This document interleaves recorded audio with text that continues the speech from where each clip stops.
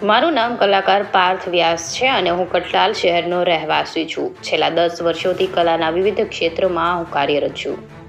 અયોધ્યાજી ખાતે જે પ્રભુ શ્રીરામના આગમન થયા તેની ખુશીમાં સમગ્ર વિશ્વ વિવિધ રીતે આ ઉત્સવની ઉજવણી કરી રહ્યું હતું. ત્યારે શ્રી રામાયણના અમુક પ્રસંગો રામ સેતુ નિર્માણને યાદ કરતા એક વિચાર આવ્યો.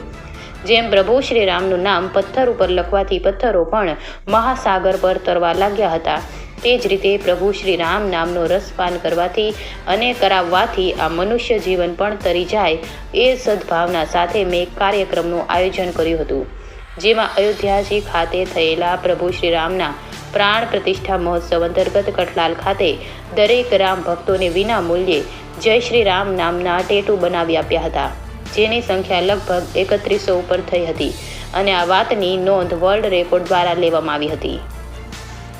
વર્લ્ડ રેકોર્ડના સુપરવાઇઝરોના કહેવા મુજબ અત્યાર સુધી સમગ્ર વિશ્વમાં કોઈ પણ કલાકારે 3100 ઉપર રામ નામના ટેટુ એક સાથે બનાવ્યા નથી. તેથી આ કાર્યક્રમને વર્લ્ડ રેકોર્ડમાં સ્થાન પ્રાપ્ત થયું છે. આ કાર્યક્રમ થકી મારી જાતને સૌભાગ્યશાળી સમજું છું કે રામ નામના રસ થકી તથા પ્રભુ શ્રીરામના આશીર્વાદ તથા મિત્રોના સાથ સહકાર થકી મને આ કાર્યક્રમ કરવાનો સૌભાગ્ય પ્રાપ્ત થયું. મને સાંભળવા બદલ આપનો ખૂબ ખૂબ આભાર. કલાકાર પાર્થ વ્યાસ. રિપોર્ટર પ્રવીણસિંહ સોલંકી સાથે બ્યુરો રિપોર્ટ, નવદીપ રાવલ, ખેડા. નમસ્કાર મિત્રો, મારું નામ આર્ટિસ્ટ પાર્થ વ્યાસ છે અને હું કટલાલ શહેરનો રહેવાસી છું.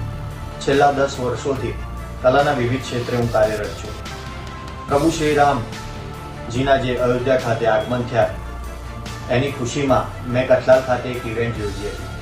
જે ઇવેન્ટમાં દરેક રામ ભક્તોને મારા દ્વારા નિઃશુલ્ક શ્રી રામના ટેટુ કરી આપવામાં આવ્યા હતા, જેનો અંદાજિત આંકડો 3100ને પાર કરતા influencer book of world record દ્વારા એ વાતની નોંધ લેવામાં આવી અને આ કાર્યક્રમને વર્લ્ડ રેકોર્ડની અંદર સ્થાન પ્રાપ્ત થયું.